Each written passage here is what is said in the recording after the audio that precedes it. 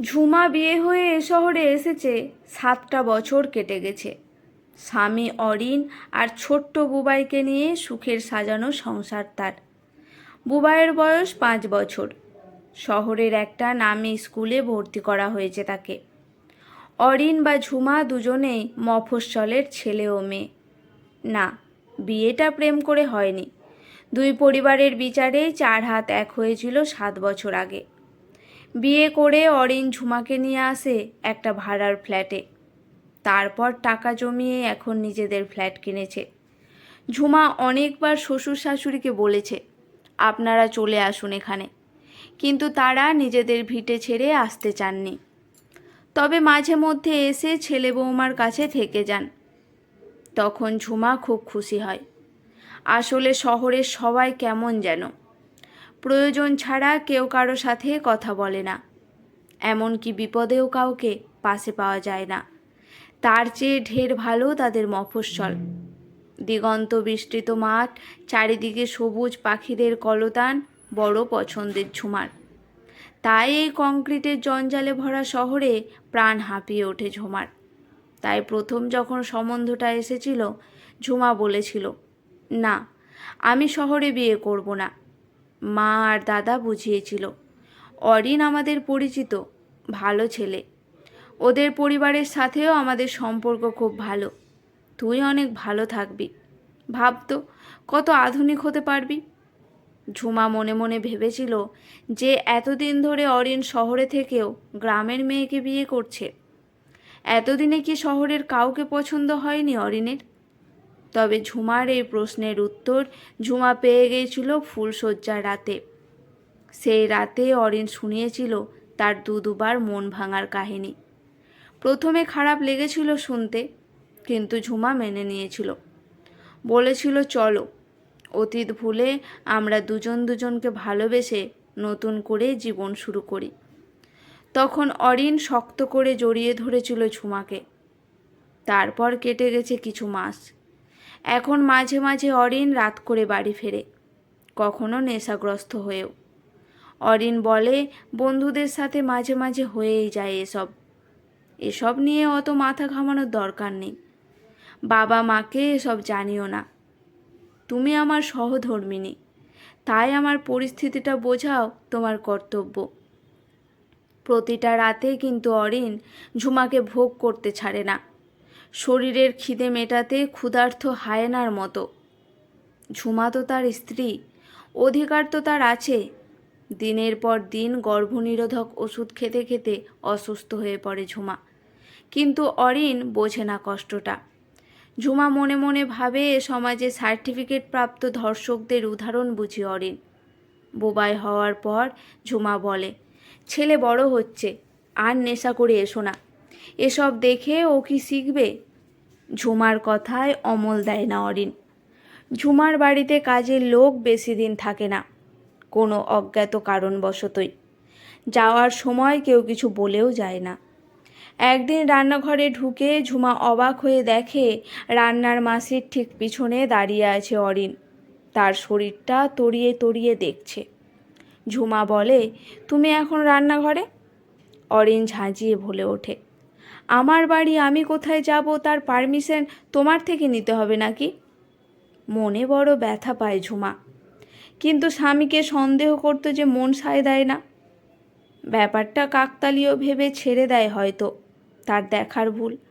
মাঝরাতে ঘুম ভেঙে গেলেই দেখে অরিন ব্যালকানিতে দাঁড়িয়ে কথা বলছে। জিজ্ঞেস করলে বলে বন্ধুদের ফোন।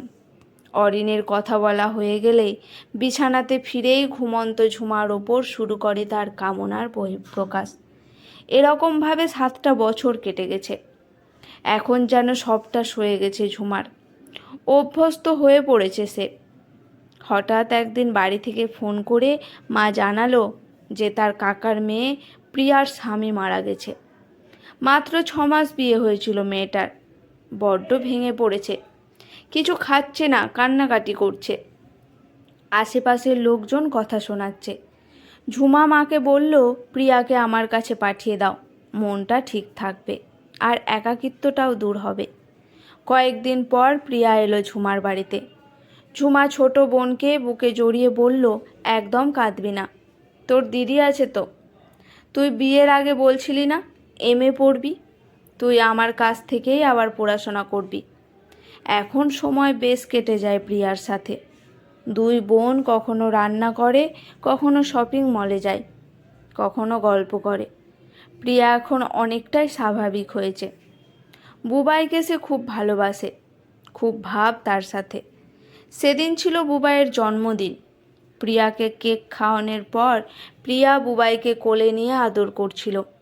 সেখানে চলে আসে অরিন। বুবাইকে নিজের কোলে তুলে নেওয়ার আছিলায় তার হাতে সজোরে আঘাত করে প্রিয়ার স্তনে।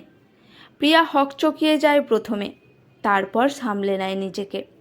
মাঝরাতে অরিন এখন প্রায় সবার অজান্তে উঁকি মারে সদ্য বিধবা প্রিয়ার ঘরে। তারপর ফিরে এসে মজে ওঠে ঘুমন্ত ঝুমাকে জাগিয়ে শরীরের খেলায়। একদিন ঝুমা বুবাইকে আনতে গেছে স্কুল থেকে। অসময়ে বাড়ি ফিরে এসে অরিন প্রিয়াকে কুপ্রস্তাব দেয়। প্রিয়া অসহায়ের মতো কাঁদতে থাকে। জামাইবাবুর এমন কদাকার রূপ সে কখনো ভাবতে পারেনি। নিজেকে বাঁচাতে সে দরজা বন্ধ করে দেয়। দুমদাম শব্দ ওঠে দরজায়। দেখি কতদিন আমার হাত থেকে বাঁচতে পারিস তুই। শাসিয়ে বেরিয়ে যায় অরিন। ঝুমা ফিরলে প্রিয়া বলে, আমি বাড়ি ফিরে যাব দিদি। ঝুমা বলে, এই তো কটা দিন এলি, দিদির কাছে থাকতে ভালো লাগছে না? না রে দিদি, তা নয় যখন আর কটা দিন থেকে যা, আর কোনো কথা আমি শুনবো না তোর। প্রিয়া কিছুই বলতে পারেনি দিদিকে। সে চায় না তার দিদির সংসারটা নষ্ট হোক। সে ঠিক করেছে পরের সপ্তাহে ফিরে যাবে। এ কদিন দিদির সাথে সাথেই থাকবে। ভয়ে প্রিয়া জামাইবাবুর সামনে যাওয়াই বন্ধ করে দিল। একদিন সকালে প্রিয়া নিজের ঘরেই ছিল। ঝুমা ছেলেকে স্কুল বাসে তুলে দিতে গেছে। অরিন যে বাড়িতে আছে খেয়াল করেনি প্রিয়া। ঝুমা চলে যেতেই ঘরে ঢুকে পড়ল অরিন। আঁতকে উঠল প্রিয়া। দিদি বলে ডেকে উঠল প্রিয়া। দিদিকে ডেকে লাভ নেই সোনা, দিদি এখানে নেই। আচ্ছা, তোমার সাথে আরেকটু সময় কাটানোর জন্য দিদিকে আরেকটু দেরি করিয়ে দিচ্ছি। কল করে ঝুমাকে বলল, খুব মাথা ধরেছে, আসার সময় মেডিসিন নিয়ে আসতে ভুলো না। ফোনটা রেখে বলল, বুঝলে প্রিয়া, ওষুধ দোকান অনেকটা দূরে, ফিরতে ফিরতে আমার কাজ শেষ হয়ে যাবে। আর আমি জানি তুমি লক্ষ্মী মেয়ে, দিদিকে কিচ্ছুটি বলবে না। বললে যে তোমার মতো দিদিরও আর সংসার করা হবে না। স্বামী মারা যাওয়ার পর অনেক দিন স্বামী সোহাগ পাওনি তো। এসো, কাছে এসো, আজ আমি তোমাকে আদরে আদরে ভরিয়ে দেব। প্রিয়ার হাত জোর করে কাকুতি মিনতি করতে থাকলো, কিন্তু সব বৃথা। নিজস্ব ভঙ্গিতেই অরিন ঝাঁপিয়ে পড়ল নতুন শরীর ভোগ করতে। ঝুমা ফিরে ভাবল প্রিয়া নিশ্চয়ই টিভি দেখছে আর অরিনের মাথা ধরেছে, তাই কলিং বেল না চেপেই ডুপ্লিকেট চাবি দিয়ে দরজা খুলে ভেতরে এসে শুনল প্রিয়ার ঘরে আওয়াজ। ছুটতে গিয়ে যা দেখল তাতে তার মাথা ঘুরে গেল। ঝুমাকে দেখেই চমকে উঠল অরিন। তাড়াহুড়ো করে পোশাকটা পরে বলল, এই নোংরা মেয়েটাকে বাড়িতে আশ্রয় দিয়েছো তুমি? দেখো কেমন। আমাকে বলল জামাইবাবু আমাকে নিজের করে নাও, না হলে আমি মরে যাব। তাই। প্রিয়া কিছু বলছে না, মাথা নিচু করে কেবল অঝরে কেঁদে যাচ্ছে। ঝুমা এবার সজোরে চড় কষালো অরিনের গালে। বলল, তোমার এই সংসার আর নোংরা জীবন নিয়ে তুমি থাকো।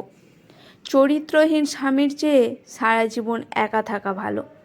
আমি আজই বুবাইকে নিয়ে বাপের বাড়ি চলে যাব, আর তোমার সাথে আমার আবার দেখা হবে কোর্টে। প্রিয়া সালোয়ারটা পরে নে। তুমি এই শয়তানি মেয়ে ছেলেটার জন্য নিজের স্বামীকে অবিশ্বাস করছো ঝুমা? 7 বছর আমার প্রতি তোমার এই বিশ্বাস? ঝুমা বলল, 7 বছর ধরে তোমাকে অন্ধবিশ্বাস করেছি, সেটা আমার ভুল। আর প্রিয়াকে দোষ দিচ্ছ? মাথা ব্যথার ওষুধটা কিসের বাহানা ছিল? নেহাত রিয়ার মায়ের সাথে দেখা হলো, বলল দোকান বন্ধ, তাই তো তাড়াতাড়ি ফিরে সবটা জানতে পারলাম। অভাগী মেয়েটা আমাকে বলতো না। ওই জন্যই চলে যেতে চাইছিল বোন। আমি বুঝতে পারিনি রে। প্রিয়া দিদির বুকে পড়ে বলল, দিদি, আমার জন্য তোর ঘর ভাঙবে চাই না রে। ঝুমা বলল, যে ঘরের ভিত নড়বড়ে সে ঘর এমনিতেই ভাঙবে। চল, তোকে আর বাবাইকে নিয়ে আমরা ফিরে যাব আমার এই ছোট্ট মফস্বলে। আগের মতো একসাথে থাকব। আর বুবাইকে কখনো ওই লোকটার সংস্পর্শে আসতে দেব না। নিজেদের মনের মতো করে বড় করব ওকে দুজনে মিলে।